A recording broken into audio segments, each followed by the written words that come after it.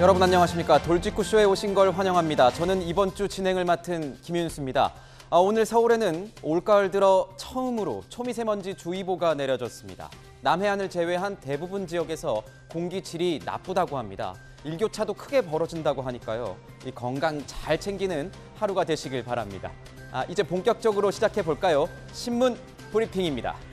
첫 번째 키워드는 이렇게 잡아봤습니다. 저수지. 저수지는 이 물을 모아놨다가 필요할 때마다 쓰는 이 저수지.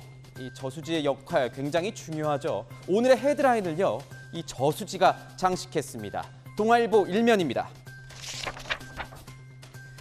이재명 대표의 최측근인 정진상 정무조정실장이 대장동 수익금을 저수지에 담가놓고 이재명 선거 때 꺼내 쓰자고 했다. 이런 진술을 검찰이 대장동 일당으로부터 확보해서 수사 중인 것으로 알려졌습니다. 검찰은 대장동 사업자인 김만배 씨의 지분 중 절반, 무려 700억 원이 정진상, 김용, 유동규 등 이재명 대표 측근들의 몫이었다고 판단하고 있습니다. 검찰은 어제 이 정진상 실장에 대한 압수수색 영장에서 이 대표와 정진상 실장을 정치적 공동체라고 표현, 적시했습니다. 이 대표에 대한 검찰의 수사가 점점 조여지는 모양새입니다. 자, 두 번째 키워드 보겠습니다. 두 번째 키워드는 국조입니다. 국정조사의 줄임말입니다. 입법, 사법, 행정을 포함하는 모든 국정사안에 대한 의회의 조사 활동을 말합니다. 야당은 국정조사 요구서를 제출했습니다. 보시죠. 경향신문 8면입니다. 더불어민주당을 포함한 야당이 이태원 헬로윈 참사 진상규명을 위한 국정조사 요구서를 국회에 공동 제출했습니다. 국민의힘은 정쟁으로 활용될 뿐 진행되고 있는 수사 결과를 지켜봐야 한다며 동참하지는 않았습니다. 대통령실도 슬픔을 정치에 활용해선 안 된다면서 부정적인 입장을 밝혔습니다. 민주당은 야당 단독으로라도 추진하겠다 이런 입장인데요. 국민의힘은 이제까지 국정조사가 여야 합의로 안 이루어진 적이 없다. 여야 합의로 해야 된다. 그러면서 민주당의 이 입법 폭주 프레임을 다시 한번 꺼내들었습니다. 앞으로 지켜보도록 하겠습니다. 세 번째 키워드 볼까요? 세 번째 키워드는 잔해입니다. 잔해. 부서지거나 못 쓰게 된 채 남겨진 어떤 물체를 뜻하죠. 2010년 천안함 피격에 사용된 북한 어뢰 잔해에 이어 또 다른 북한 측의 잔해가 확보됐습니다. 한국일보 8면입니다. 사진부터 보시죠. 미사일 잔해 사진입니다. 빨간 원 안을 한번 보시면 러시아어로 이 부품 일련 번호가 적혀 있습니다. 어제 저희 돌직구쇼 방송 중간에 속보 자막으로도 전해드린 바 있는데요.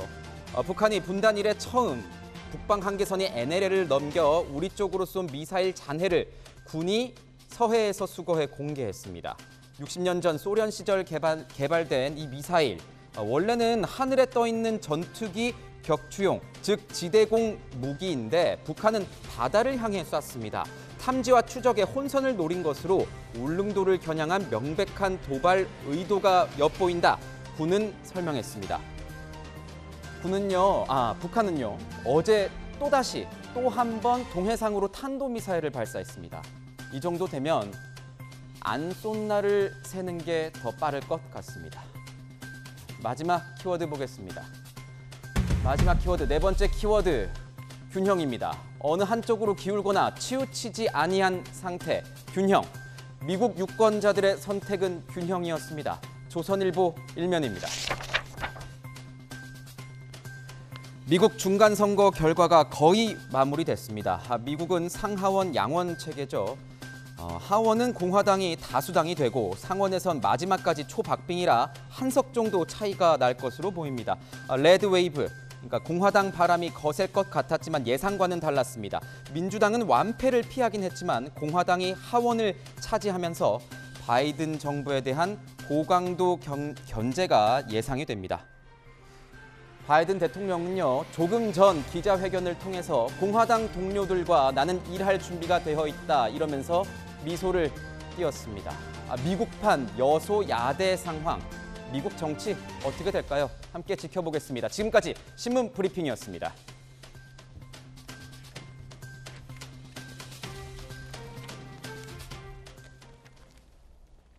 오늘 함께해 주실 분들 먼저 소개합니다. 김수경 한신대 교수, 이양수 국민의힘 의원 나오셨습니다. 그리고 박용진 더불어민주당 의원, 박성배 변호사도 함께합니다. 어서 오십시오. 검찰이 이재명 대표의 최측근인 정진상 정무조정실장에 대한 강제 수사에 나섰습니다.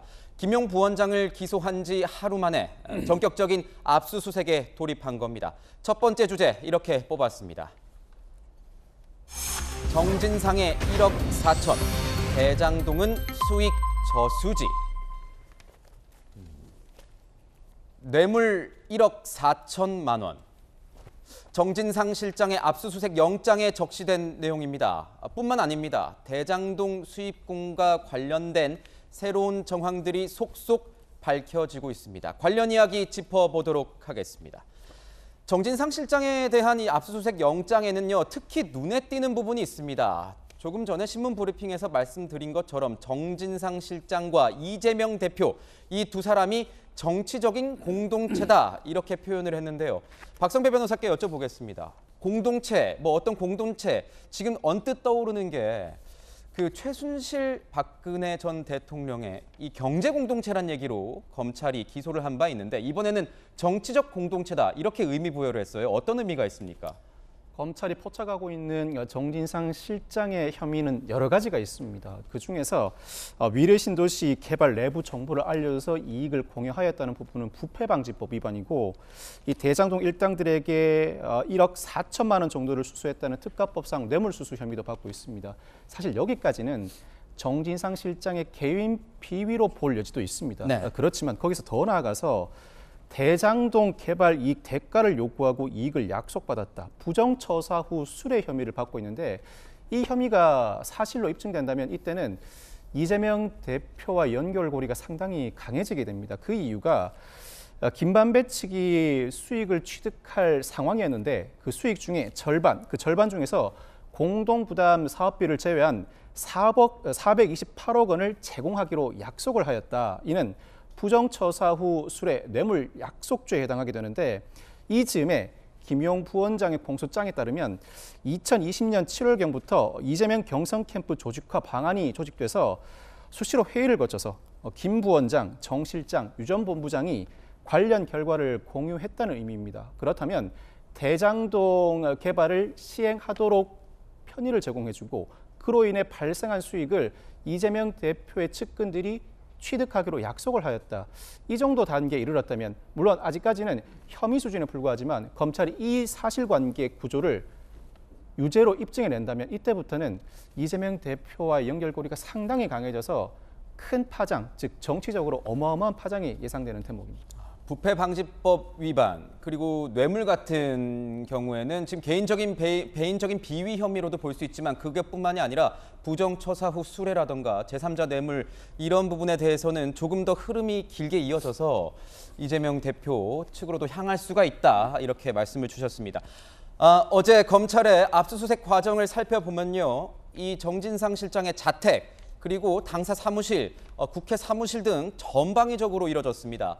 지난번 김용 부원장 관련해서 이 당사를 검찰이 압수수색할 때는요, 민주당 측에서 의원들 총동원령까지 내려서 이렇게 앞을 대치하는 모습을 보였었는데 이번에는 극렬한 대치까지는 없었습니다. 박용진 의원님 어제 상황 보셨을 텐데요. 어제 보면은 이제 본청까지도 들어왔어요. 네. 좀 이례적이다 이런 평가도 있는데 어떻게 보셨습니까? 당사에 와서 빈손으로 나갔다는 거 아니에요? 지난번 김용 부원장에 대한 민주연구원 압수수색, 민주연구원은 법인은 완전히 민주당하고는 다른 법인차가 완전히 달라요. 네. 그럼에도 불구하고 같은 건물에 있으니까 압수수색 한다고 이제 들어왔는데 그때도 별로 가져간 게 없어요. 이번에는 아예 가져간 게 없어요. 그러니까 여기서 아무 근무도 안 했구나라고 확인만 하고 간 거죠. 근데 그 사실이 알려졌어요. 민주당 측에서, 당 측에서 검찰 쪽에 여기는 가져갈 게 아무것도 없다. 여기 오지도 않았다. 그렇게 얘기했는데도 무작정 들어가겠다. 그 지난번 김용 부원장 압수수색 할 때 그런 평가가 저희가 있었습니다. 사실 법 집행을 하는데 그걸 막아서는 부담이 있잖아요.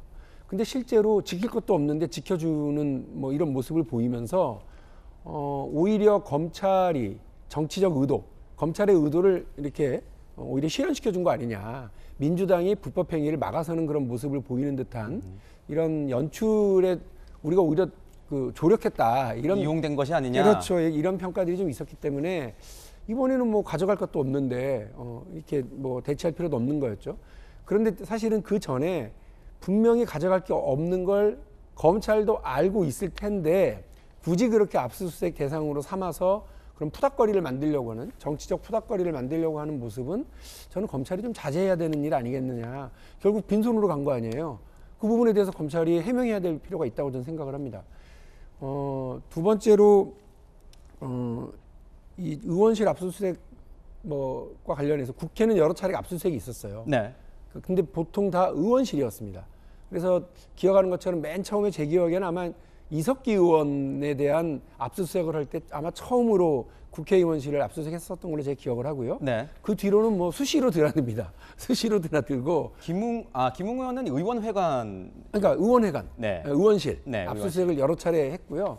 또 최근에 하모 의원의 뭐 관련된 혐의와 관련돼서 압수수색을 의원실을 또 한 적이 있어요. 그런데 본청 국회 제가 지금 말씀드리는 건 국회의원들이 모여 있는 의원회관이라고 하는 건물 말고 네. 본회의장이 있고 국회의장이 있는 본청을 하는 경우는 사실 드물거든요. 제 기억에는 없습니다. 이번이 네. 아마 처음인 것 같은데 그래서 김진표 국회의장도 상징성이 있는 건물에 대한 압수수색은 좀 신중하기를 이제 요청했던 것 같고 이미 제출할 테니 좀 그렇게 하는 것이 어떠냐.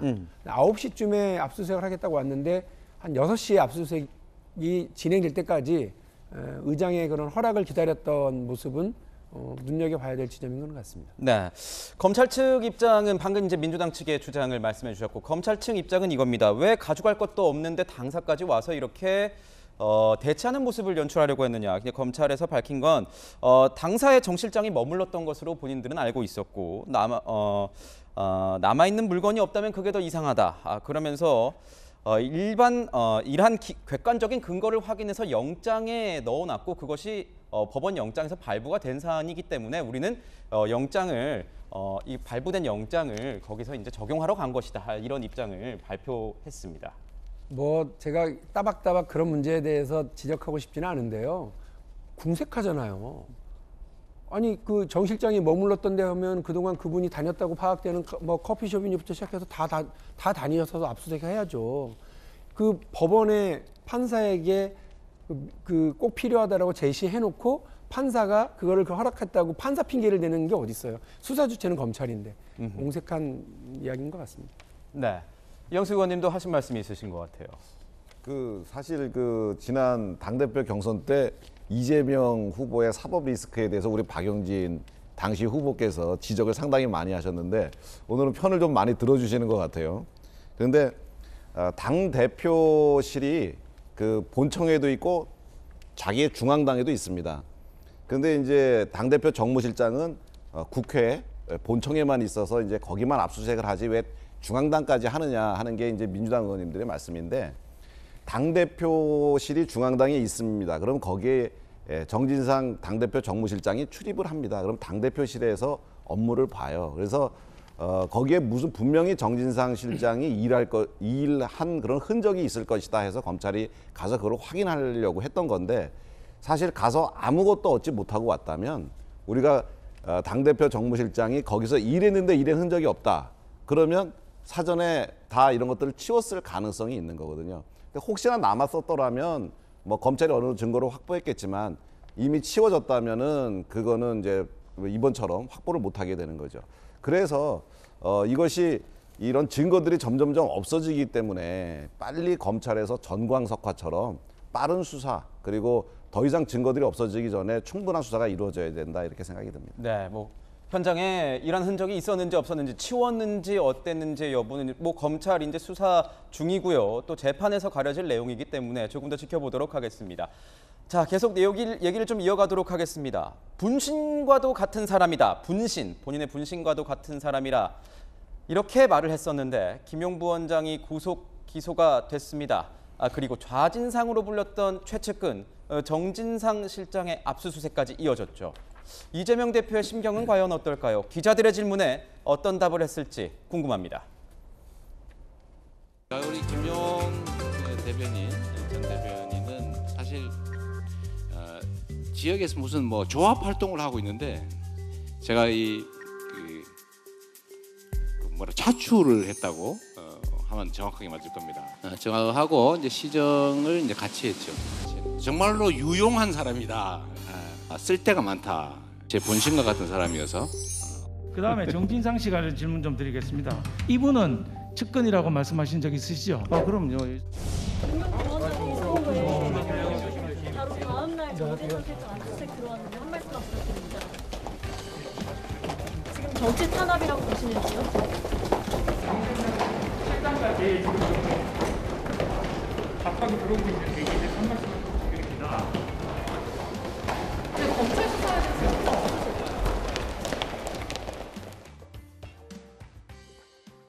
네, 정진상 실장에게 적용된 혐의들 중에 특히 눈여겨봐야 될 것, 조금 전에 박성배 변호사께서 말씀해주신 것처럼 부패방지법 위반과 뇌물수수 이걸로 보고 있는데, 그러면 어떻게 되는 겁니까? 아까 말씀해주신 대로 다시 한번 반복될 수도 있겠지만 검찰의 수사 방향에 있어서 이걸 넣었다라는 거는 조만간 이재명 대표에 대한 강제 수사로도 전환될 수도 있고 실제로 검찰에 뭔가 포토라인에 설 수 있는 그런 상황 조만간 연출될 수도 있다, 이렇게 저희가 볼 수도 있는 건가요?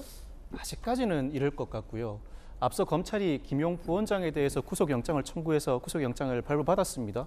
당시 김용 부원장이 받고 있던 혐의가 정치자금법 위반입니다. 그런데 검찰이 포착하고 있는 정진상 실장의 혐의는 부패방지법 위반과 특가법상 뇌물수수입니다.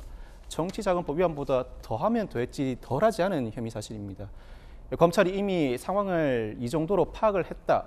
그 파악된 사실이 사실이라면 조만간에 정 실장에 대한 구속영장 청구도 명백해 보입니다.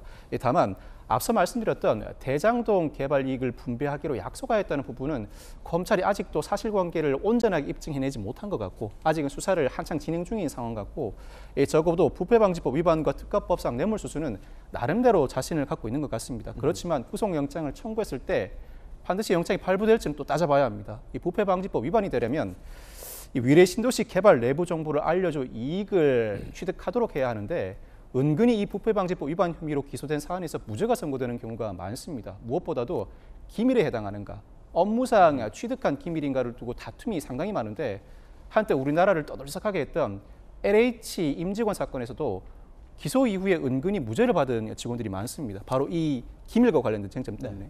또 한 가지, 이 특가법상 뇌물수수는 정 실장이 1억 4천만 원을 수수했다는 의미인데 뇌물은 기본적으로 직무 관련성과 대가 관련성이 인정되어야죠.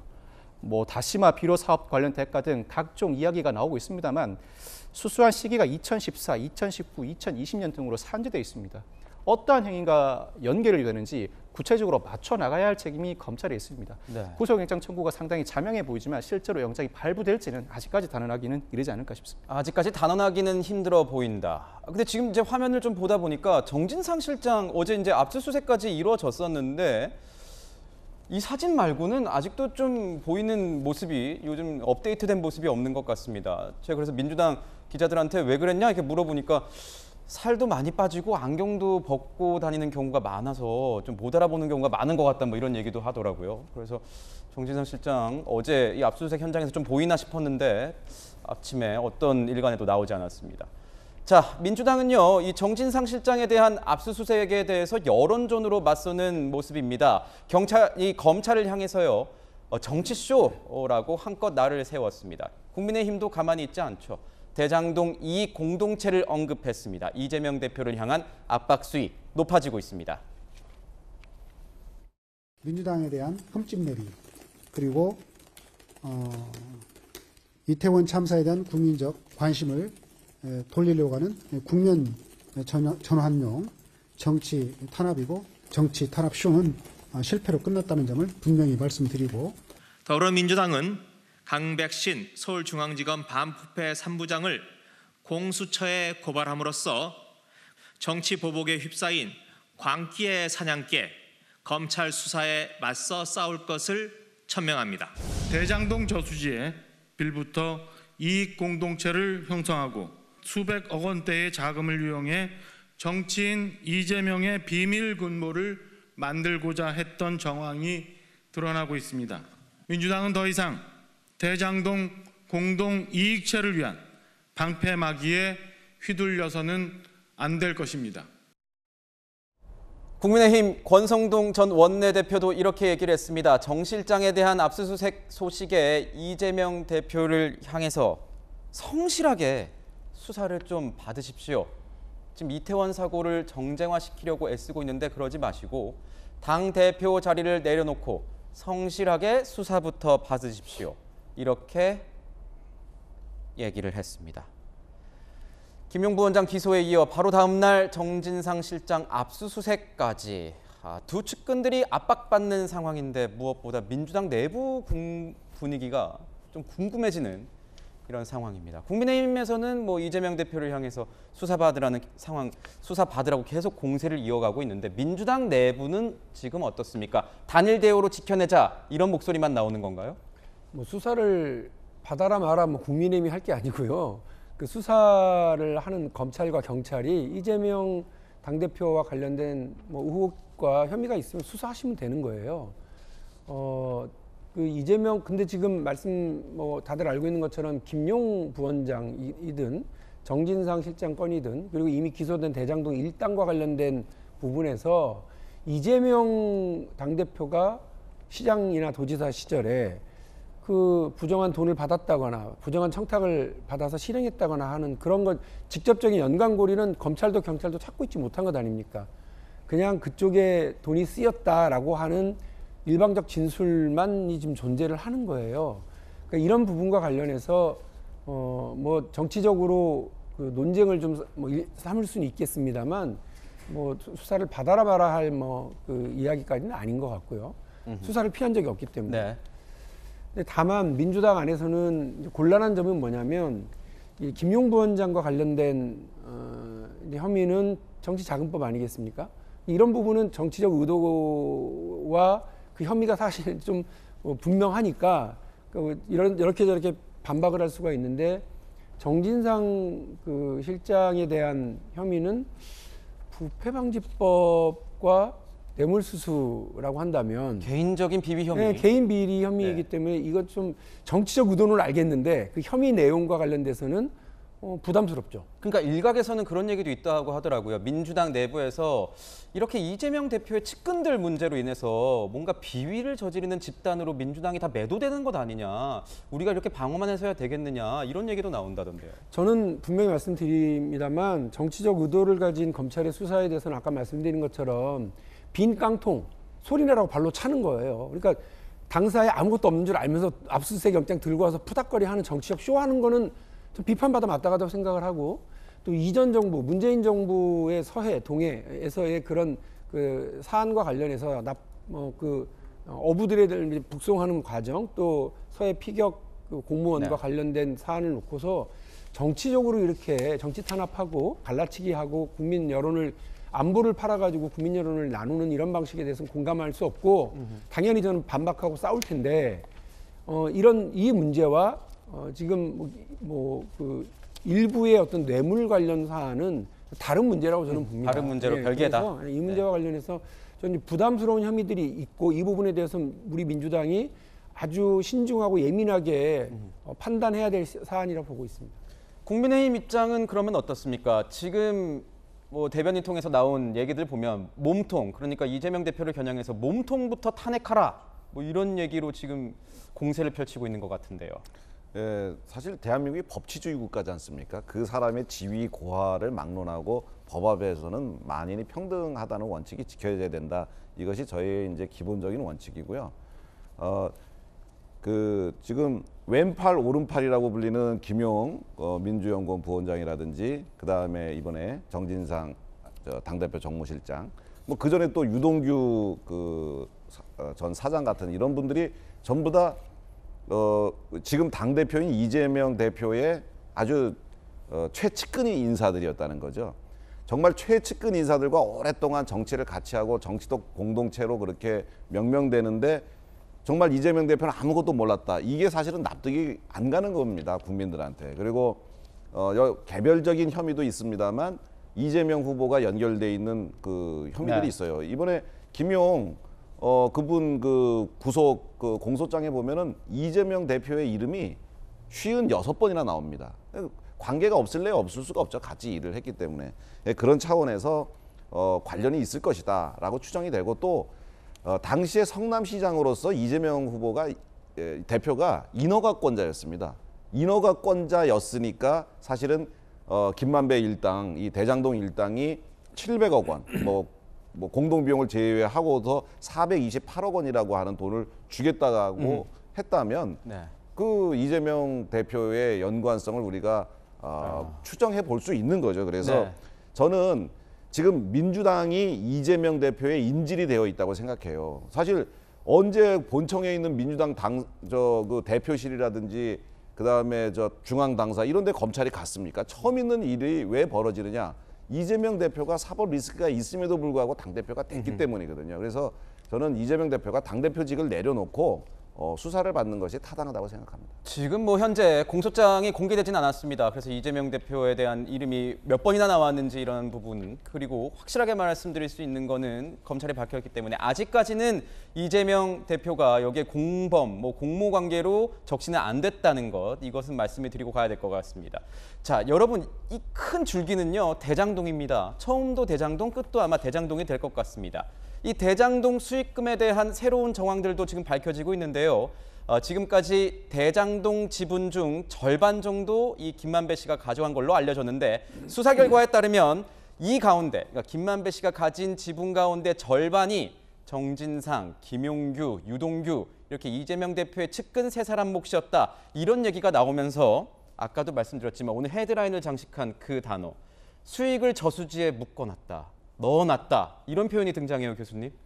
그렇죠. 그 김만배 측, 김만배 누나, 아내 등등의 명의로 김만배 측이 가져가기로 한 돈이 한 1,400억인데 그중에 절반인 700억은 김용, 정진상, 유동규에게 주기로 되어 있었다라는 진술이 나온 거예요. 물론 그중에서 세금이랑 다 빼고 428억이 가게 되어 있었는데 돈이라는 게 그렇지 않습니까? 이동할 때마다 흔적이 남는다는 거죠. 흔적을 남기지 않기 위해서 현금으로 이동하게 되면 굉장히 복잡하니까 즉시 이익을 나누지 말고 이것을 그냥 한 곳에 그 이익 그대로 두고 필요할 때마다 갖다 써라. 이재명 선거 등등에 갖다 써라. 이런 식의 진술을 남욱 측으로부터 아마 지금 진술을 받아서 수사를 하고 있는 것 같아요. 그래서 물론 이 진위는 이제 밝혀야 되는 것이고 김만배 측은 아직도 이 발언에 대해서는 부인하고 있는 입장이긴 합니다만 어쨌든 지금 오랫동안 그 남욱 등으로 말해지는 그 일당, 그 민간 사업자들 일당과 이제 이것의 인허가권을 가지고 있는 이재명 대표를 중심으로 한 정진상, 김용 이 두 측이 이제 함께 오랫동안 일종의 경제 공동체처럼 일했다는 거 아니에요. 어쨌든 민간 사업자들이 돈을 벌려면 인허가권자의 허가가 필요한데 지금 중요한 것은 이제 정진상, 김용까지는 돈의 흐름이 이제 포착이 되고 있고 이거에 대해서 수사가 나오고 있는데 그럼 이게 과연 이재명에게까지 갔을 것인가를 우리가 밝혀내야 되는 상황인 건데 생각해 보십시오. 정진상, 김용이 굉장히 중요한 인물이긴 하지만 직접 그 서류에 도장을 찍을 수 있는 인허가권자는 아니란 말이죠. 결국 이재명 대표가 당시 성남시장 혹은 경기도지사가 도장을 찍어야만 이 사업이 진행될 수 있다는 거예요. 그렇다면 두 가지 가능성이 있죠. 정진상, 김용과 함께 이재명도 공범이었다. 혹은 이재명은 정진상, 김용의 꼭두각시였다. 이 두 개밖에는 성립이 안 되는 것이죠. 과연 수사의 결과가 어디까지 갈지. 만약에 정진상, 김용에서 꼬리가 잘린다면 그럼 결국 이재명은 꼭두각시였구나가 되는 셈이 되는 것이죠. 네. 수익을 저수지에 뒀다가 이재명 선거 때 쓰자 했다. 이 동아일보 오늘 이 단독 보도에 따른 내용 저희가 계속 다뤄보고 있는데 이 내용 맞다면 검찰이 들여다보고 있는 건 김수영 교수님께서 말씀해 주신 것처럼 최종 결제자인 이재명 대표를 향한 것 아니겠느냐 이런 추정이 가능해 볼 수 있는 대목인 것 같습니다. 자, 지금 보면요, 이 특히 논란이 됐던 게 정영학 녹취록 중에요. 김만배 씨가 언급한 부분이 있지 않습니까? 절반은 그분 것이다. 이 부분 다시 이제 부각이 되고 있는데 김수현 교수님께 다시 여쭤보면 이 구분이 지금으로 봤을 때는 어떻게 누구로 보이십니까? 그러니까 지난해 수사 과정에서 그 절반은 그분 것이라는 말이 나와서 그분이 누구냐라는 게 굉장히 논란이 됐었죠. 그러니까 그 분이라는 건 굉장히 윗선에 있는 사람을 어쨌든 칭하는 거기 때문에 이재명 대표가 아니겠느냐 그런 얘기가 나왔었거든요. 그런데 이제 지금 와서 보니까 이번에 나온 진술을 보니 김만배 측의 수익의 절반이 정진상, 김용, 유동규에게 가 있게 되어 있었다라는 진술이 나오다 보니까 결국은 소위 캠프라고 말해줬던 그 메모에서 캠프라고 말해줬던 이재명 측, 이재명, 김용, 정진상 이 사람들을 묶어서 결국은 이재명 대표 것이 아니었겠느냐라는 추측이 가능한 대목이기 때문에 그때 그 진술과 이번에 나왔던 진술이 굉장히 일치하는 맥락적으로 일치하는 그런 대목이라고 할 수가 있겠습니다. 네. 지금 현재 뭐 김만배 씨 같은 경우에는 세 사람에게 돈을 나눠주기로 약속한 적 없다 이런 입장을 재확인하고 있는 상황입니다. 하지만 일각에서는 법조계선 이런 얘기도 있습니다. 돈을 마련한 사람도 그리고 중간 전달자도 모두 시인하고 있는 사안이기 때문에 이게 방어가 쉽지 않을 수도 있다 이런 얘기도 나오고 있습니다. 관련 소식 조금 더 검찰에서 들려온다면 돌직구쇼에서 집중적으로 다뤄볼 수 있도록 하겠습니다. 다음은요. 뜨거운 소식들만 모은 핫쌈 시간을 오늘 전진 배치 다시 한번 해봤습니다. 첫 번째 실루엣부터 보면서 이야기를 나눠보도록 하겠습니다. 첫 번째 실루엣의 정체는 김의겸 민주당 대변인입니다. 어제도 저희가 관련 소식 전해드렸었는데요. 그제 김 대변인이 이재명 대표와 주한 EU 대사의 비공개 면담 내용을 전했습니다. 그런데 이 전한 내용에 대해서 주한 EU 대사가 내가 한 말이 아니다 라면서 강력하게 항의해서 논란이 됐었습니다. 자, 김 대변인은요. 이렇게 항의를 받자 하루 만에 공식 사과를 했습니다. 자, 내 말이 야당의 언론 브리핑 과정에서 잘못 인용되고 왜곡돼서 유감이다. 이렇게 얘기를 밝히고 있는 겁니다. 국민의힘에선 이런 게 바로 외교 참사다.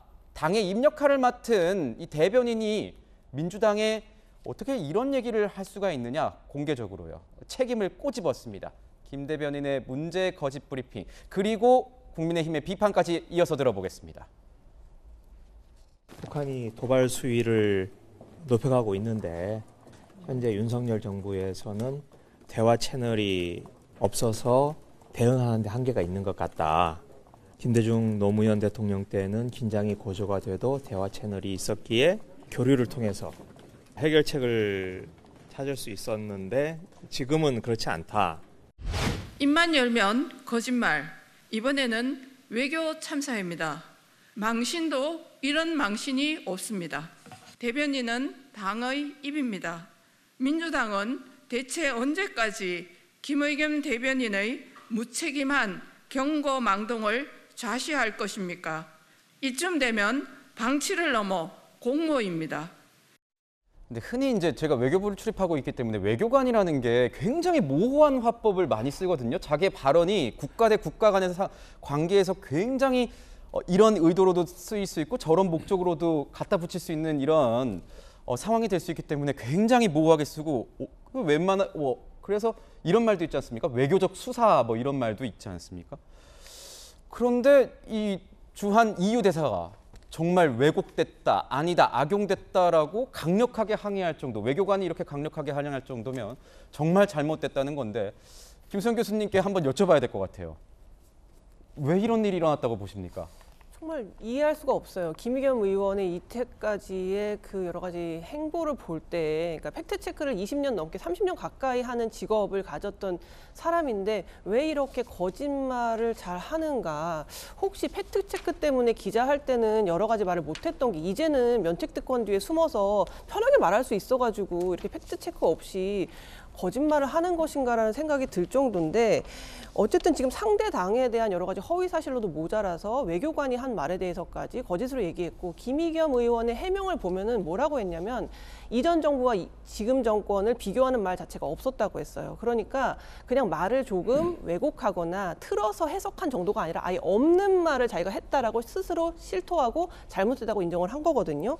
근데 이 정도면은 저는 민주당은 이제 김의겸 리스크도 걱정해야 되는 수준이다. 왜냐하면 너무 많은 거짓말로 논란을 일으키고 사과도 제대로 하지 않고 이번 같은 경우는 물론 외교가 관련돼 있다 보니까 사과를 했는데 이 정도면 김의겸 리스크 수준이고 그러니까 민주당이 김의겸 리스크 그러니까 자정 능력이 과연 있는가? 김의겸 대변인이 이렇게 계속해서 잘못하고 거짓말하고 실수하고 하는데 이렇게 민주당의 얼굴이라고 할 수 있는 민주당의 입이라고 할 수 있는 대변인이 이렇게 실수와 거짓말을 연발하는 것에 대해서 어쨌든 좀 조치를 취하고 대변인 자리에서 내려오셔야 되는 게 아닌가. 자정 능력이 지금 작동하고 있는가에 대해서 좀 의심되는 상황입니다. 네, 김수영 교수님은 김 대변인의 이 기자 출신일 때는 팩트 체크 열심히 했던 것 같은데 이제 국회의원이 되고 나선지 면책 특권 뒤에 숨어서 뭔가 사실 확인도 안 된 거를 말하고 있는 게 아니냐 이렇게 의견을 주셨습니다. 그러니까 옆에 당 의원님, 소속 의원님이 나오셨으니까 한번 여쭤봐야 될 것 같아요. 대변인이라는 거는 당의 얼굴이고 당의 이 모든 공개적인 이 공식적인 입장을 전달하는 창구 아니겠습니까? 그런데 이렇게 거짓 논란에 휩싸이고 실제로 항의를 받아서 사과까지 하는 이런 상황. 당 소속 의원으로 보셨을 때는 어떻습니까? 당 소속 의원으로서가 아니라 민주당 대변인 2년 그리고 이전에 대변인 그렇죠. 활동을 5년 동안 했던 사람으로서 네. 큰 실수하셨다 이런 생각이에요. 그 말 말고 다른 말씀 드릴 거 없고요. 본인이 사과하셨으니까 그에 대한 뭐 관련된 책임도 지시지 않겠나 이런 생각이 들어요. 네. 당의 입이에요. 그리고 대표가 직접 임명한 사람이에요. 어느 당이나 대표로 당선되면 그날로 임명하는 게 비서실장과 대변인입니다. 그만큼 중책이기 때문에 그렇거든요. 네. 이전에 있었던 의정활동을 하면서의 여러 가지 논란이라든지 뭐 이런 거는 전 다른 문제라고 생각합니다. 아까 이제 김수경 교수님께서 뭐 면책특권 뒤에 숨어서 하는 거냐 이런 비판도 하셨는데 당 대변인의 활동은 의정활동과는 무관한 대표의 입, 당의 입의 얼굴의 역할을 하는 건데요. 이전에 이 실수 하나만으로도 본인이 인정하고 사과한 이 실수 하나만으로도 대변인으로서의 큰 신뢰의 훼손이 있을 수밖에 없다 이렇게 생각합니다. 네. 전직 또 대변인을 하셨기 때문에 이 김의겸 대변인의 이번 이런 사태에 대해서 굉장히 좀 안타까워하시는 이런 마음을 말씀해 주셨습니다. 근데 김 대변인은요, 한동훈 장관과 관련해서도 이 검증되지 않은 주장을 거듭하면서 수차례 맞붙기도 했습니다. 화제의 장면 준비했습니다. 한동훈 장관이 와 있더라는 거예요. 그래서 피했어요. 엘리베이터 앞으로 갔는데 거기를 한동훈 장관이 쫓아와서 악수를 청하더랍니다. 악의적인 허위 사실을, 가짜 뉴스를 작심하고 방송에서 반복해서 말씀하시고 유포하신 것에 대해서 전 대단히 유감스럽게 생각합니다. 제가 제보를 받았습니다. 그날 술자리를 가신 기억이 있으십니까? 윤석열 대통령도 이 청담동의 바에 합류를 했습니다. 위원님 저한테 이재정 의원 관련한 것도 거짓말 하신 다음에 다 들통났는데 사과도 안 하셨죠? 오늘 아침에 질문 드린 기자의 내용이 마약 범죄 단속 때문에 참사를 막지 못했다는 지적이 나온다라고 하는. 위원님, 그게 검찰이나 저하고는 무슨 상관입니까?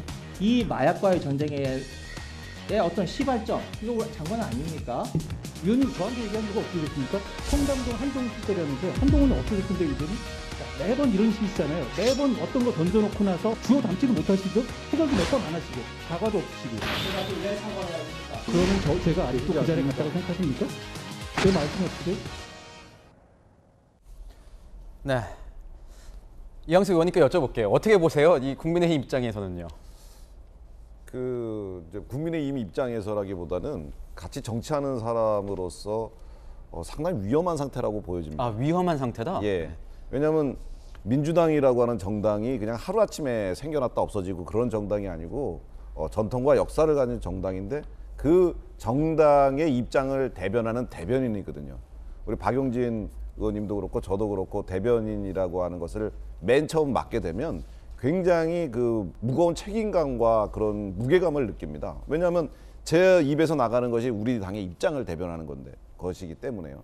그래서 굉장히 신중하고요. 물론 그 뭐 선거나 이럴 때 되면은 대변인들의 그 표현이라든가 입장이 좀 과장돼 가지고 서로한테 뭐 다소 과한 상처를 입히기도 합니다.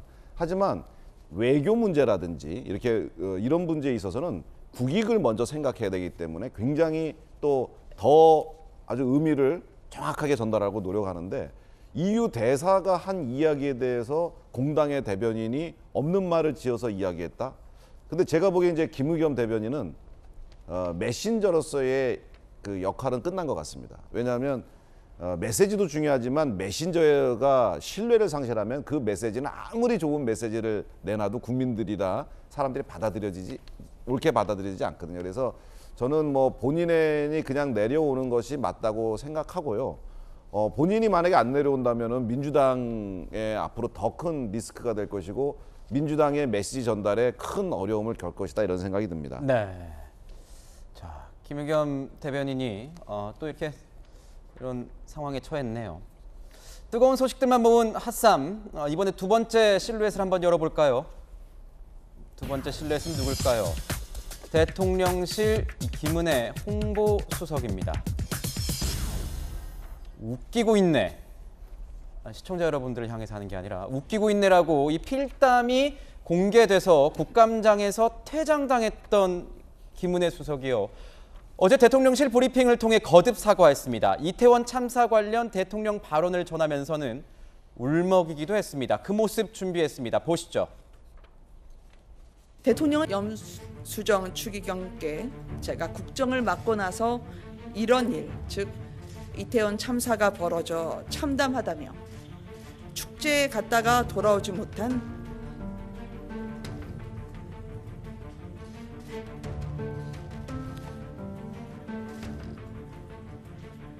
희생자 부모님들의 심경을 생각하면 마음이 너무 힘들다고 말했습니다.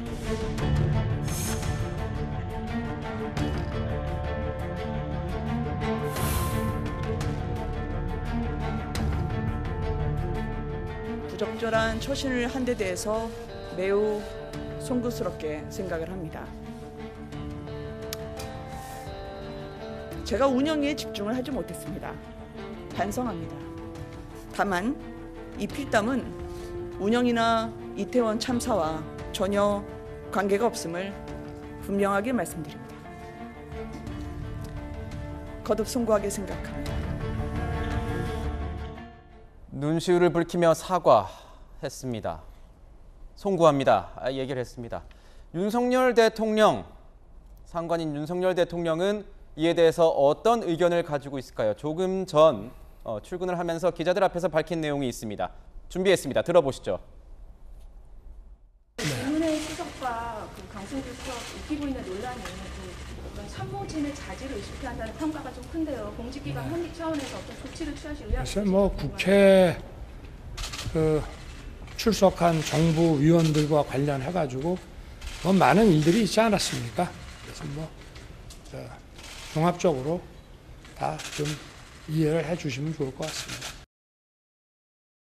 김수현 교수님, 어떻게 보셨습니까? 지금 뭐 우선 김은혜 홍보수석 같은 경우에는 거듭 뭐 송구하다, 죄송하다 이런 의미를 밝혔습니다. 표현을 했는데 조금 전에 보신 윤석열 대통령 같은 경우에는 어떤 조치를 하실 의향이 있느냐 뭐 이렇게 물었는데 그래도 뭐 국회하고 이때까지 여러 가지 뭐 종합적인 상황이 있지 않았느냐 하면서 좀 직접적인 답변을 내놓진 않았어요. 어떤 의미가 있을까요? 원래 윤석열 대통령이 자기 사람을 뭐 함부로 징계하거나 조치하거나 뭐 이렇게 내려오게 하거나 하는 경우는 잘 없는 것 같아요. 우리 여러 번 보지 않았습니까? 물론 이번에 그 발언은 대단히 부적절했죠. 그리고 그 자리에 있었던 국회의원에 대해서도 굉장히 모욕적이라고 할 수가 있습니다. 다만 이제 본인은 어쨌든 이태원 참사랑 관련해서 한 말은 아니다라고 했고, 추측컨대는 이태원 참사랑 관련해서 이게 정쟁이 되고 정치적인 도구로 야당과 여당이 서로를 공격하는 일들이 벌어지다 보니 이제 그런 행태에 대해서 정확하게는 모르겠습니다만 뭐 웃기고 있네라는 말이 나오지 않았을까 싶어요. 네. 그래서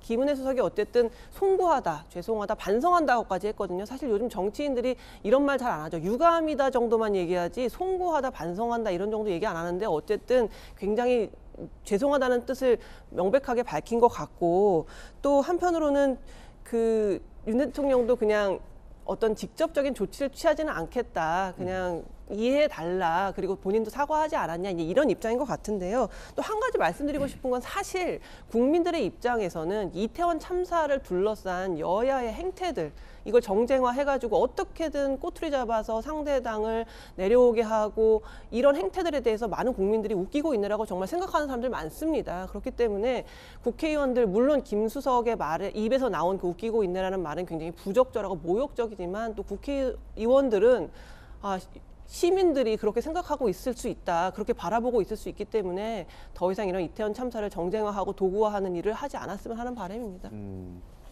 민주당 같은 경우에는 김은혜, 강승규 두 수석의 이 필담 논란을 두고 대체 뭐가 웃기다 이렇게 필담까지 나눴냐 하면서 총공세에 나섰습니다.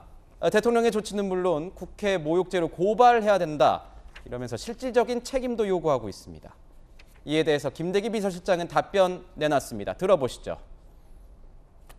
정부의 잘못으로 명백한 정부의 과오로 생명을 잃었는데 그 원인을 규명하는 이 장이 웃겨 보입니까?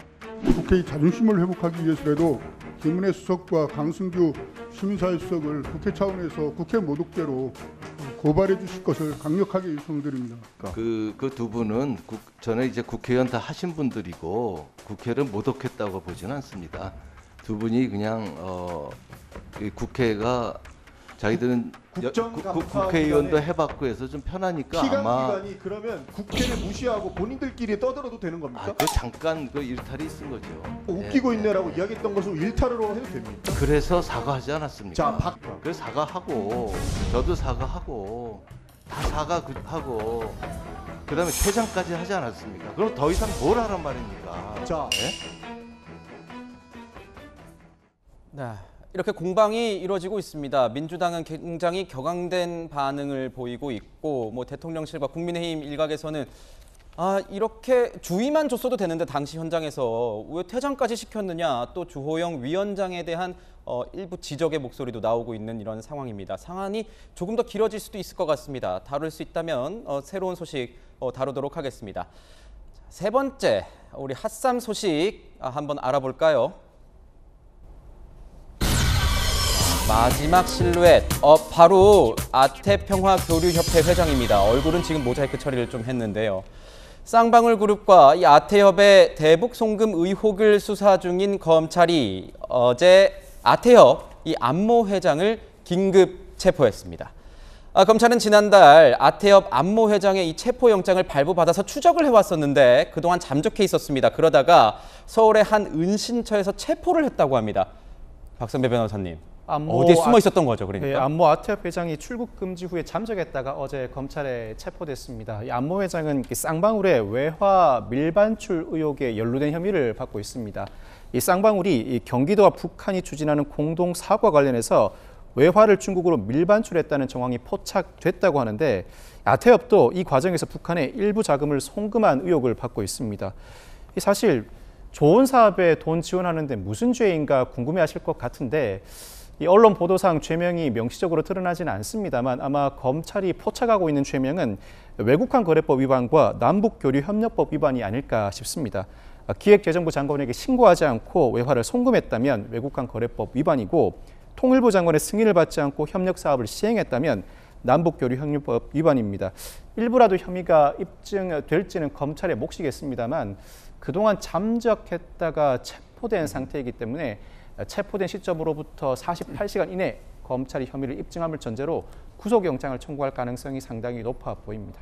자, 김승현 교수님, 그러면은 아태협 안 회장 이 대북 송금 의혹을 받고 있는데 구체적으로 어떤 의혹을 받고 있는 거고 이렇게 체포가 된다면 향후 수사 어떻게 될 걸로 보이십니까? 2019년 1월 달에 기억하시겠지만 쌍방울 측에서 30여 명의 임직원을 동원해서 외화를 밀반출해가지고 공항에서 바로 그 돈만 전달해주고 공항 밖 땅은 밟아보지도 못하고 귀국했죠. 네. 그때 이제 그 쌍방울이 한 150만 달러 정도를 북한에 보냈는데 지금 그때 같이 아태엽이 50만 달러 정도를 보냈다라는 거예요.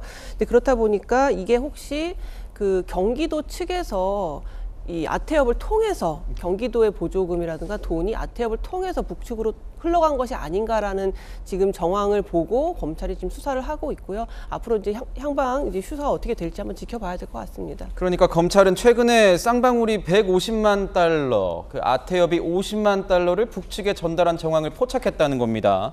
그래서 이 안 회장, 거기에 깊숙하게 관련된 안 회장을 체포해서 수사를 하겠다는 건데 방금 김소영 교수님이 짧게 언급해 주셨지만 만약에 경기도 보조금이 흘러 들어갔다면 수사 조금 다른 방향으로 흐를 수도 있는 거 아닙니까, 의원님? 뭐 이제 굉장히 큰 일이고 우리가 처음부터 그럴 추정은 우리가 했었죠. 근데 뭐 무리한 추정이다 이제 이런 얘기도 나왔었습니다만 점점 실체적 진실이 그렇게 가는 것 같습니다.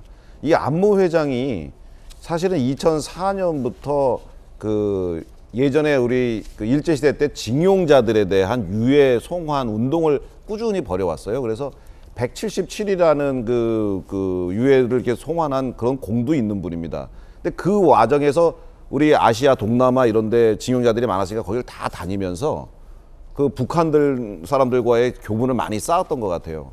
그런데 지금 이렇게 만약에 이번에 이제 이런 이해관계에 개입하고 이권에 이렇게 개입하고 쌍방울 측에 도움을 주고 돈을 목표로 했었다면 좋은 일을 앞에 이렇게 하는 척하면서 또 그렇게 개인의 사리를 취한 것 아닌가 막 이런 의심이 들 정도인데 왜 그렇게 되냐면 저는 이분이 수사 대상에 올랐을 때 이분의 위치라면 이분이 뭐 각종 수상도 많이 했거든요. 좋은 일 한다고. 이분의 위치라면 당연히 수사에 적극적으로 협의해야 되는데 해외를 나가려고 나갔다가 출국 금지가 된 거를 알고 그다음부터 도피 생활을 했습니다. 굉장히 좀 보통의 그 정상적인 그리고 건전한 사람이라면은 하기 어려운 행동을 좀 했거든요. 그래서 저는 이 상당히 심각한 문제다. 이분이 그 어떤 키를 상당히 관여되어 있다 이렇게 생각이 들고 경기도 보조금이 만약에 통해서 50만 달러 뭐 이런 데 포함돼서 갔다 그러면 이거는 그때 당시에 지사가 누굽니까? 이재명 지사고 부지사는 이화영 민주당의 전 의원이고 상당히 또 파장이 더 크게 갈 수도 있는 사안이다 이렇게 생각이 듭니다. 파장이 계속 이어질 수 있군요. 자, 안모 회장에 대해서는요. 검찰이 구속영장을 청구할 계획인 것으로 지금 알려져 있습니다. 관련 소식 들어오는 대로 전해드리도록 하겠습니다. 문재인 전 대통령 이제 얘기를 해봐야 될 것 같습니다. 문재인 전 대통령이 돌려보낸 풍산계 관련 논란이 정치권에서 여전히 뜨겁습니다. 결국 문 전 대통령이 직접 입을 열었습니다. 오늘의 두 번째 이슈. 그래서 이렇게 잡았습니다. 그만하자. 문재인 전 대통령의 참전. 자, 그 입장을 들어보기 전에요. 이 풍산개들 잘 지내고 있는지 궁금하시죠? 저도 궁금한데요. 어제 한 언론사에서 이 고미와 송강이의 모습을 포착했다고 합니다. 그 모습 준비해봤습니다. 자, 고미와 송강이가 이렇게 나와서 산책을 하고 있는 모습을 보시고 계십니다. 나와서 이렇게 산책도 하고 열심히 뒷발질도 하고 이렇게 배변 활동도 하는 모습도 보이고 실제 관계자들이 알게 된 이유가 이게 고미와 송강이 맞습니까? 라고 물어봤는데 저희가 확인해 드릴 수 없다라고 했지만 고미와 송강아 이리 가자 이런 얘기를 기자가 들었다고 해서 기사에 보도를 했습니다. 대구 소재의 그 동물병원에서 지내고 있다고 하는데 이 병원은 산책이 가능한 상태의 개들을 하루에 3회씩 산책시키고 있다고 합니다. 포착된 모습만 보면은 다행히 잘 지내고 있는 게 아닌가 이렇게 개인적인 생각이 듭니다. 자, 그런데 고미와 송강이를 보낸 문재인 전 대통령은 잘 지내고 있지 못한 것 같습니다. 어제 SNS에 이런 글을 올리면서요. 논란에 직접적으로 반박을 했습니다. 근거 부재로 대통령 기록물법에 위반 소지가 생겼다. 그리고 지금의 감사원이라면 감사에 나설지도 모르겠다. 그러니까 지금까지 감사원에 대한 어떤 불만을 좀 드러낸 것 같습니다. 순식간에 문제를 지저분하게 만들었다. 이제 그만들 합시다. 그러면서 이양수 의원님 이런 얘기도 했어요. 사랑을 쏟아준 것, 그러니까 지난 6개월간 무상으로 내가 양육하고 사랑을 쏟아준 것에 대해서 오히려 고마워해야 할 것이다. 고마워해야 할 것이다. 누구한테 고마워하라는 겁니까? 그러니까 뭐 국민들을 향해서, 윤석열 대통령을 향해서, 정부를 향해서, 이양수 의원님을 향해서 누구를 향해서 고마워해야 한다고 말한 걸까요? 저도 모르겠습니다. 사실 그 김정은 위원장이 선물한 거죠. 그리고 또 문재인 대통령이 그 대통령 재임 시절에 이 풍산개에 대해서 굉장히 사랑을 많이 쏟는 것처럼 이렇게 SNS 영상 사진을 통해서 SNS에 이렇게 많이 올리기도 하고 그래서 그리고 뭐 굉장히 잘 키우고 있나 보다, 사랑을 이렇게 많이 주고 있나 보다 이제 이렇게 생각했는데, 이번에 갑자기 파양 선언을 하고 이것을 다시 대통령 기록물이니까 난 더 이상 못 키우겠다. 왜 이 개들을 보호할 관리인 인건비 250만 원 안 주냐 이러면서 하는 것을 보고 그게 좀 부담이 되셨나 하는 그런 안타까움도 있었는데, 사실 저는 뭐 반려동물을 키우고 있지 않아서 그 심정을 잘 모릅니다만, 반려동물을 실제로 이렇게 키우고 계신 분들은 굉장히 분노를 많이 하시더라고요. 뭐냐면 가족이나 다름없는데, 가족인데 어떻게 정치의 선전에 이렇게 활용만 하고 그 뭐 돈 얼마의 문제라든가 이런 것 때문에, 그리고 지금 현 정부에다가 뭐 잘못한 게 있으면 현 정부한테 고치라 그래서 뭐 또 추가로 또 지원을 받아서 어떻게 해야 되는데 왜 그랬느냐 이런 이야기들이 많이 나오는 것 같아요. 사실 이 풍산개들에 대한 사료값은 한 달에 한 25만 원 정도밖에는 안 든답니다. 그런데 문재인 대통령께서 한 250만 원 정도가 든다라고 얘기하신 것은 이제 개를 관리하는 분의 인건비가 필요하다는 이야기겠죠. 근데 많은 반려인들은 반려동물을 내가 직접 키우고 뭐 씻기고 이렇게 하는 것이 맞는 거지 어떻게 관리인 두고 하면서 하는 것이 맞느냐라는 이야기가 있어요. 그래서 사실 이번 기회에 문재인 대통령이 정말 사랑하지 않는 풍산개를 데리고 있었다면 이걸 사랑할 수 있는 사람한테 우리 어떤 기관에 위탁하는 것이 저는 맞다고 보고요. 그러면 뭐 문재인 대통령도 편하시지시고 풍산개들도 더 사랑받는 곳으로 가면 더 좋지 않을까 이런 생각이 듭니다. 네. 고마워해야 한다. 이렇게 말한 문재인 전 대통령에 대해서 국민의힘은요, 해서는 안 될 말을 했다. 반려동물을 단순히 대통령 기록물로만 여긴 것이냐, 이렇게 지적을 했습니다. 박용진 의원님은 뭐 반려견이나 반려묘를 키우시지는 않으시죠? 예. 어릴 때 여기 강아지들을 좀 키웠던 기억이 있고 그 애틋함은 지금도 기억을 해요. 네. 그래서 우리 이양수 의원님 말씀하신 것처럼 반려견과 반려묘를 키우는 사람들이 이 문제에 대해서 잘 납득을 하지 못하고 있다는 말씀을 뭔지는 알겠는데, 네. 그 문재인 대통령께서 이게 쓰신 글들 보면 그 중에 좀 이거 하고 탁탁 걸리는 단어가 하나 있는데, 이게 뭐냐면 감사원이에요. 감사원. 그러니까 지금 감사원이 그 30cm 자를 들고 다니면서 이거 문제야 저거 문제야 지금 다 일일이 지금 정치 쟁점화하는데 앞장서고 있잖아요. 여러분 혹시 이지원 기억하세요? 노무현 대통령이 이제 대통령 일을 관두시고 사저로 가시면서 본인이 만들었던 시스템, 이지원 문서관리 시스템에서 이제 자료를 복사해서 본인이 회고록을 작성하는데 도움이 되겠구나 생각하고 가져가신 거예요. 네. 근데 이게 엄밀하게 법으로 따지면 대통령 기록물 관리 위반이었다는 거예요. 그래서 그때 다시 그걸 압수하고 되찾아가는 일이 있었습니다. 근데 대통령으로서 아주 불쾌하거나 불편했는데, 이 문제를 시작으로 이제 전 정권과 현 정권의 어떤 갈등이 시작됐었던 거거든요. 그러니까 감사원이 지금 이렇게 30cm 자를 들고 다니면서 이전 정부에 대해서 온갖 정치 쟁점을 삼고 있는데, 아니 이 강아지들이 사실은 대통령 기록물이니까 이것도 문제 삼게 되면 나는 뭐가 되냐. 새 대통령과 새 정부가 이 문제에 대해서 어떤 법률적인 근거를 마련하겠다고 했는데 왜 방치하고 있냐, 이러면서 왜 우리만 더 힘들게 만들려고 그러는 거 아니냐, 그렇다면 우리 쿨하게 정리하자, 그래서 대통령 기록물이니까 다시 반환하겠다, 이렇게 하는 거죠. 문재인 대통령이라고 그 강아지들에 대한 애정이 없겠습니까? 근데 이 문제를 정치적으로 법률적으로 보면 이렇게 쿨하게 정리할 수밖에 없는 상황이라고 하는 거를 말씀하시는 것 같고요. 네. 또 하나는 제가 드리고 싶은 말씀은 이른바 정쟁하면서 우리가 이전 투구라고 얘들 얘기하잖아요. 그게 한자어를 보면 뭐냐면 개가 네. 진흙탕에서 싸움하는 그야말로 개싸움을 표현하는 건데, 그렇게 갈 일이 아니잖아요. 지금 다들 아시겠습니다만 부동산 침체, 금리 인상, 그렇게 해서 채권 시장의 어려움 때문에 생겨나는 경제 위기가 얼마입니까? 그리고 그 남북 위기도 지금 상당히 심화되고 있는 상황에서 정치권이 이런 문제를 가지고 시간 보낼 일은 아니라고 저는 생각을 합니다. 네. 쿨하게 정리할 수 있는 방안들을 빨리 찾아서 해결했으면 좋겠습니다. 네.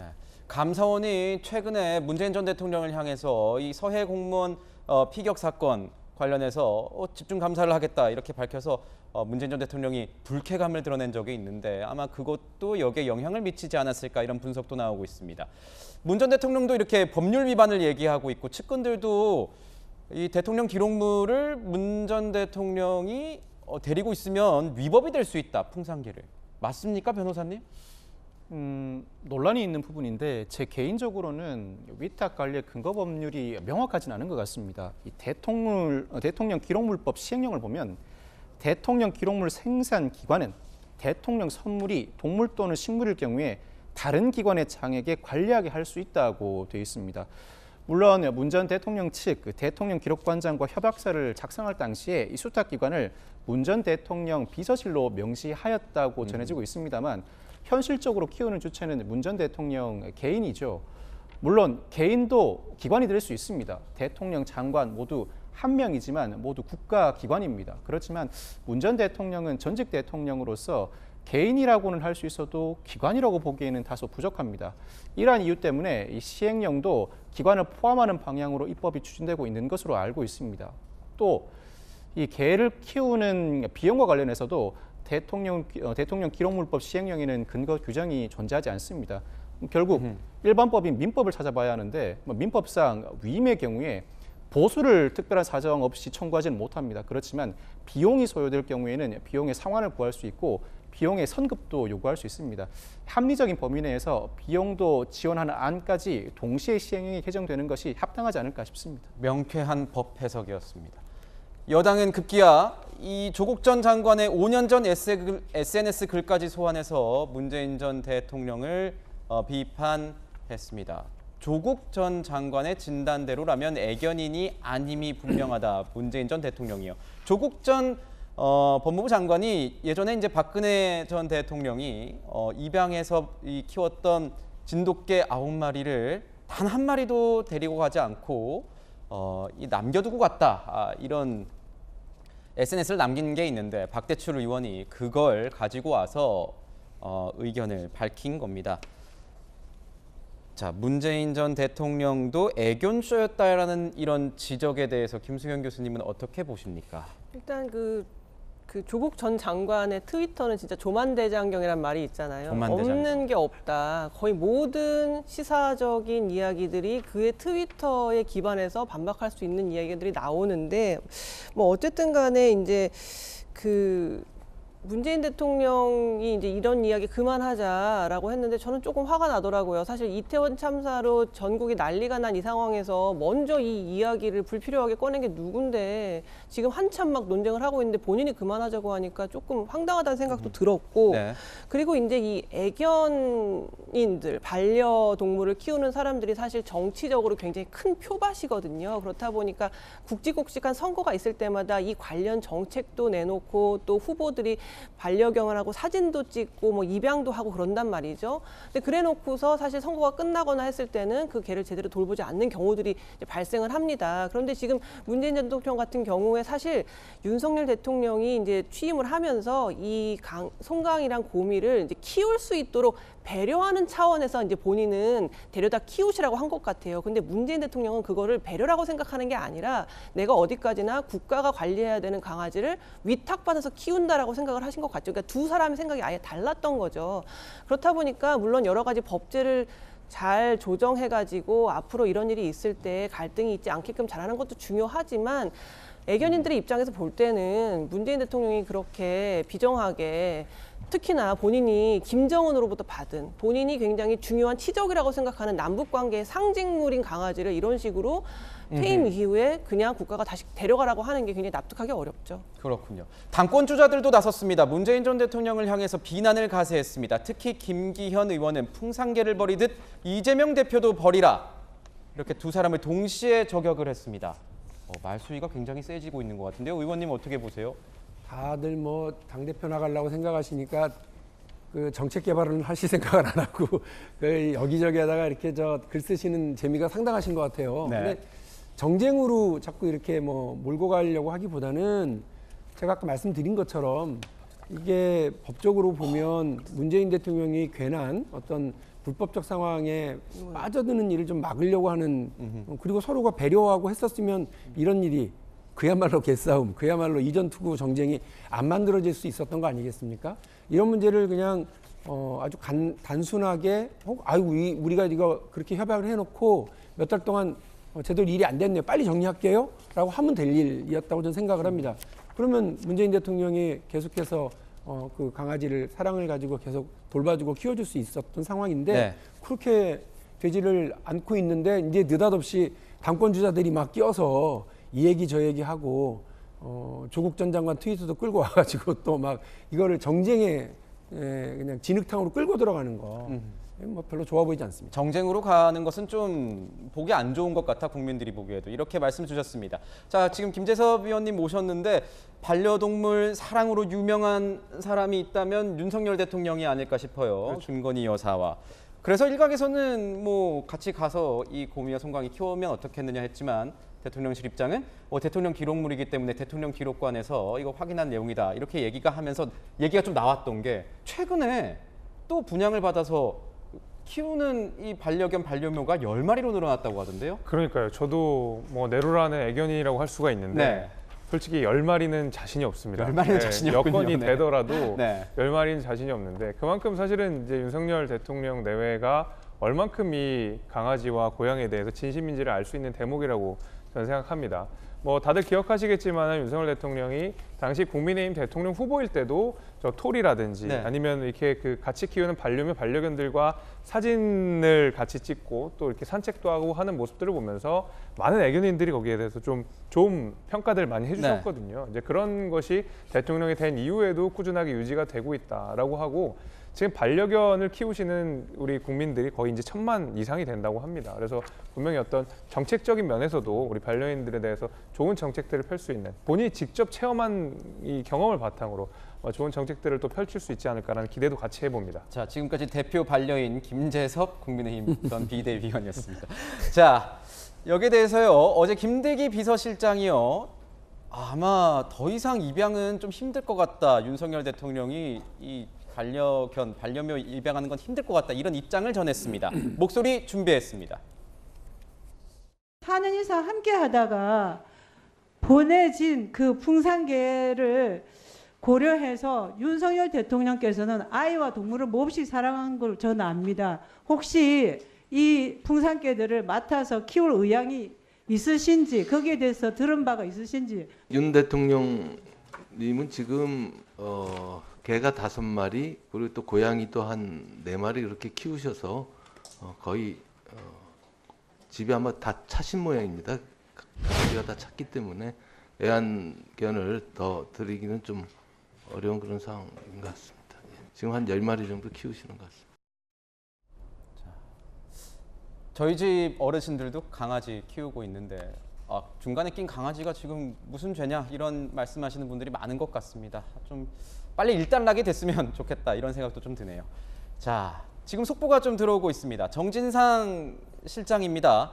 단언컨대 어떤 부정한 돈도 받은 일이 없다. 그리고 482억 약정설, 저수지 발언 이건 모두 그들의 허구 주장이다. 유동규, 남욱 등의 주장이다. 그리고 검찰 3인 성호로 없는 죄를 만들고 있다. 3명만 나서서 호랑이가 나타났다 그러면 호랑이가 진짜 있는 것처럼 이 3인 성호의 뜻이죠. 이재명의 결백함은 드러날 것이다. 이렇게 얘기를 했습니다. 정진상 실장, 자, 그동안 좀 발언을 숨기고 있었던 것 같은데 본인의 모습도 좀 많이 노출을 많이 안 시키고 있었던 것 같은데 이렇게 강제 수사, 압수수색까지 들어오니까 본인의 입장 확실하게 밝히고 있습니다. 정말 거짓일지 검찰의 수사 결과가 맞을지 지켜보도록 하겠습니다. 자, 다음 주제 좀 넘어가 봐야 될 것 같습니다. 한동훈 장관 얘기를 해봐야 될 것 같습니다. 한동훈 장관이 황운하 의원에게 직업적 음모론자라고 한 발언을 두고 황 의원이 연 이틀 역공에 나섰습니다. 오늘의 세 번째 주제, 그래서 이겁니다. 산과 함께 무한 루프, 무한대로 계속 생산되고 있다 이런 의미죠.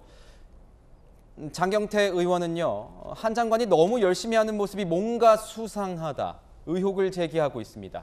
열심히 하면 문제가 되는 건가? 이런 생각도 드는데 한동훈 장관과 함께하는 무한루프 이야기 지금부터 나눠보도록 하겠습니다. 황운하 의원이 한동훈 장관을 다시 한번 직격했는데요. 지금 저희 화면대로 연예인처럼 행동하는 관종이다. 스타의식에 빠져 있다. 이런 표현을 썼습니다. 한동훈 장관이 그만큼 인기가 많다는 걸 인증하는 것 같기도 하고 저 표현은 어떻게 봐야 될까요? 현직 의원의 국무위원을 향한 저런 표현. 글쎄 이제 황운하 의원께서는 관종이라는 것이 모욕적인 표현이 아니다.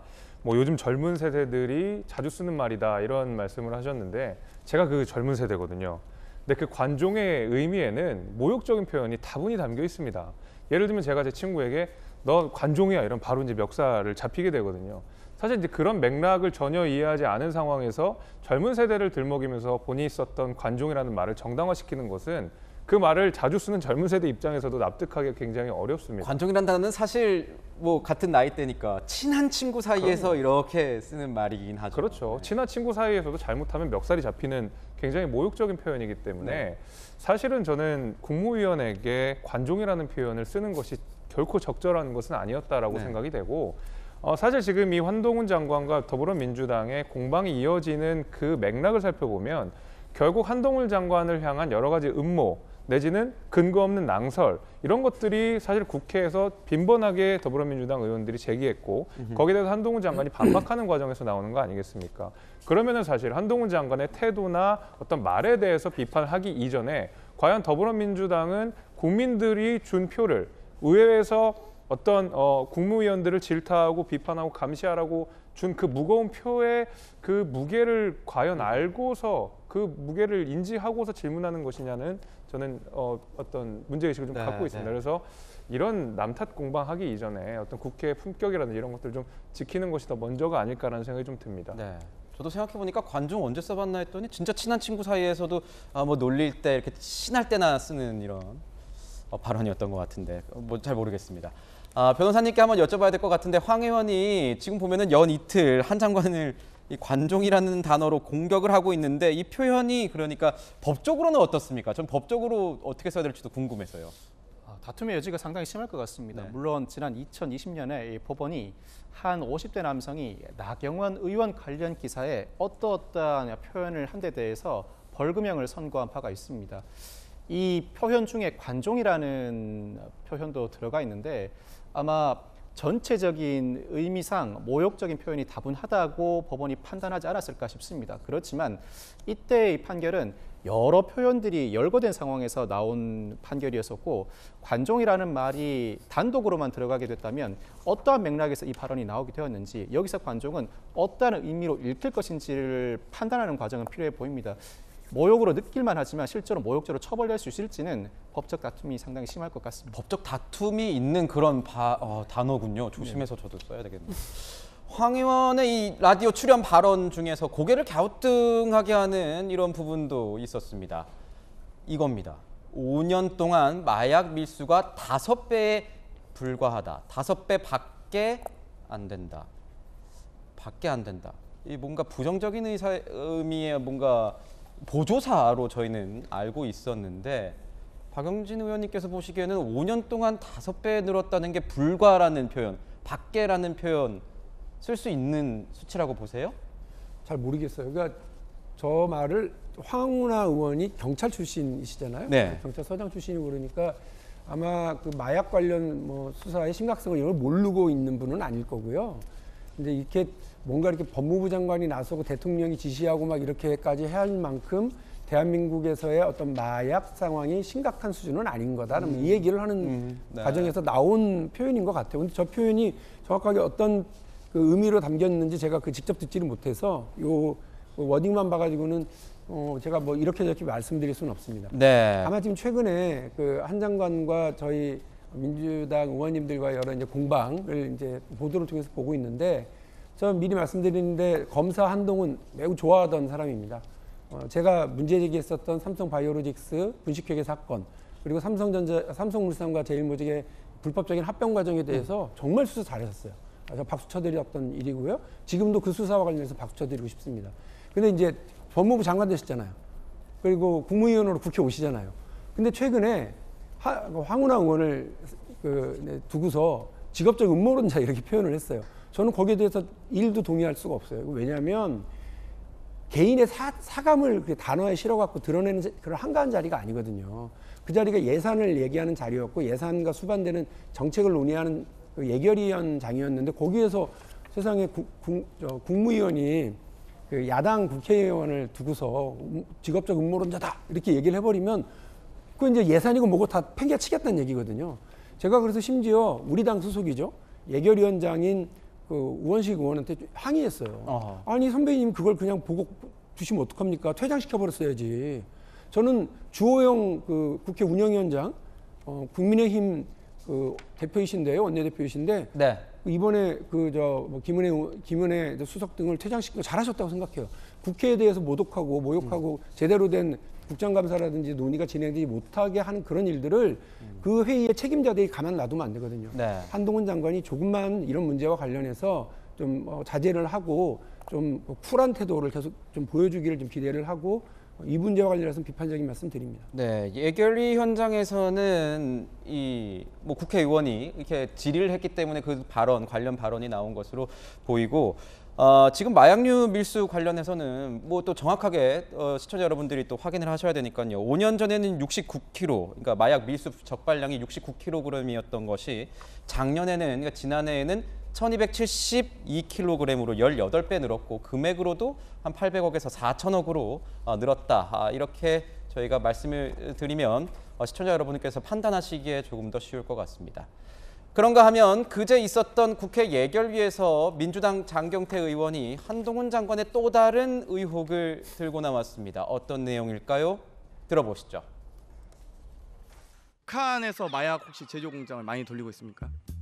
그것까지는 제가 알 수 없는데요. 중국에 있는 모 공장에서 북한 주민을 고용해서 마약을 대한민국에 들이고 있다라는 의혹도 알고 계십니까? 구체적 의혹을 알고 계시면 제보해 주시면 저희가 검찰에 그런 의혹들을 밝히고자 정확해서 열심히 노력하고 계신다라는 또 다른 의혹. 위원님 그게 의혹입니까? 만약 맞으면 범죄인데 수사해야 하는 거 아니겠습니까? 하지만 마약 수사보다 또 그 이상 중요한 게 국민과 시민의 생명과 안전이라고 생각합니다. 그건 동의하시죠? 위원님이 말씀한 취지를 이해를 못하겠는데요. 그게 법무부 장관이 이태원에 대해서 뭐 마약 수사를 지시한 것도 아니고 어떤 이해관계인지 모르겠습니다. 발언하시고 나서 온 경찰이 마약 수사에 동원되는 듯한 인상을 많이 받고 있는. 저를 과대평가하시는 거고요. 그리고 북한에 관한 마약 말씀은 어떤 근거로 말씀하시는지 좀 말씀해 주시면 좋겠습니다.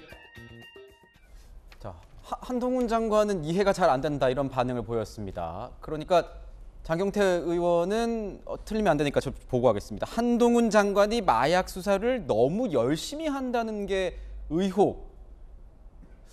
그게 의혹이다. 열심히 일한다는 게 의혹이다. 이렇게 얘기를 했습니다. 무슨 내용입니까? 네. 제가 지금 방금 자료 화면을 봤는데도 네. 이해가 잘 안 됩니다. 네. 제가 이제 과문한 탓인지는 모르겠는데 우리 장경태 의원님께서 하시는 말씀의 어떤 깊이를 제가 헤아릴 수가 없는 상황이어가지고. 근데 여튼 뭐 말씀하신 내용을 제가 미뤄 짐작하건데 이태원 참사가 있었고 한동훈 장관이 그 와중에 마약 수사에 너무 열심히 하다 보니까 이태원 참사에 조금 소홀했던 것이 아니냐라는 문제를 지적하시고 싶었던 것 같은데요. 사실 그러면 조금 더 정교하게 여쭤보셨으면 어땠을까라는 생각이 좀 듭니다. 한동훈 장관 말대로 열심히 하는 게 의혹이 될 수는 없거든요. 그러면은 아주 열심히 했던 이재명 대표야말로 사실 의혹의 거의 핵심 인물 아니겠습니까? 그래서 열심히 하는 것을 가지고 의혹을 주장할 만한 자리는 저 자리는 아니었다라고 생각이 되고 질문 자체가 조금 아무래도 좀 부족한 질문이 아니었나라는 생각이 되고요. 마약 수사를 열심히 한다고 해서 이태원 참사에 소홀했거나 아니면은 마약 수사 자체가 잘못됐다라고 생각하지 않습니다. 마약이 앞서서 뭐 황운하 의원이 5배 이런 이야기를 하셨지만은 마약이라는 것이 재범이 워낙 많은 거기 때문에 초동이 굉장히 중요하거든요. 그런 의미에서도 아마 저 장경태 의원의 질문은 좀 부적절했다는 생각이 듭니다. 네.